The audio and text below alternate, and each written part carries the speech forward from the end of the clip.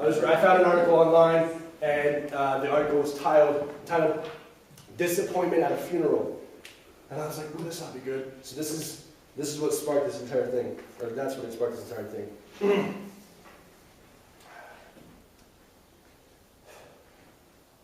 I used to think about what life would be like if I weren't here. I'd sit in my bedroom and map out the lives of everyone I knew, starting the day before they met me. I'd structure it perfectly so that they would miss me by just a few seconds and then go on forever, never knowing I was there. I've often wondered if I would be missed, if I could be missed. And logically, in order to miss something, you have to have experienced it and then lost it, which wouldn't be possible if I hadn't been here. But would there be an empty spot? A blank space in your life's timeline when we first shared coffee or said hello in the hallway?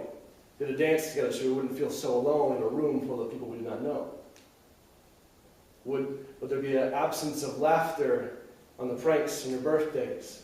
Or the flowers in the vase for the summer and the sun when we first made love? Could you miss me if you never knew me but wished you had?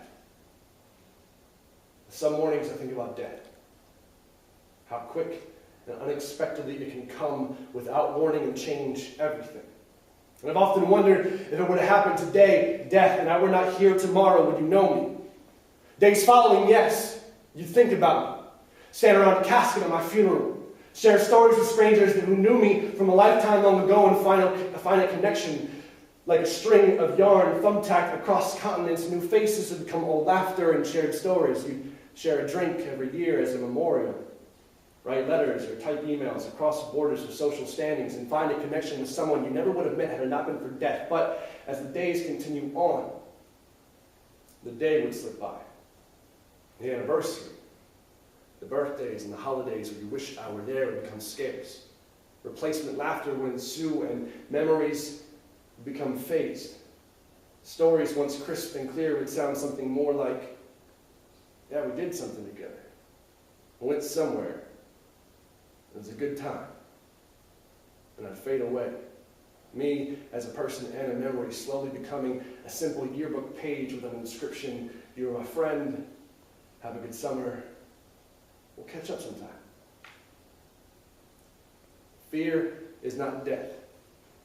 Death is not fearful. The two combined in thought, entice, and shock. In high school, as juniors, we were warned by the upperclassmen the next year, at the end of it all, only our truest friends would remain. Time and distance would become a wedge in our windowed past, locking it and becoming stuck over the changing seasons. Opening the past then would only produce dusty pages from our glossary index of encyclopedia of good times. The text would fade, and the past would too, but it all happened, and an impact was made for a reason, and we, as individuals, were at least remembered as someone. This poem is not meant for pity. There's no cry out for help, no hug me after the show, please tell me how much I mean to you, if only for a moment. This poem really isn't a poem at all. It's a thought, a gesture towards time and a legacy. You see, my whole life, all I've ever wanted to do was make an impact.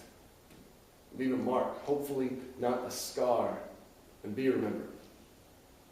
In Driffield, Yorkshire, England, a funeral was held for ex-town councillor Brent Roach, in which those in attendance were a married couple, a former town councillor, and Adrian O'Connor, the writer of the article, "Disappointment at a Funeral."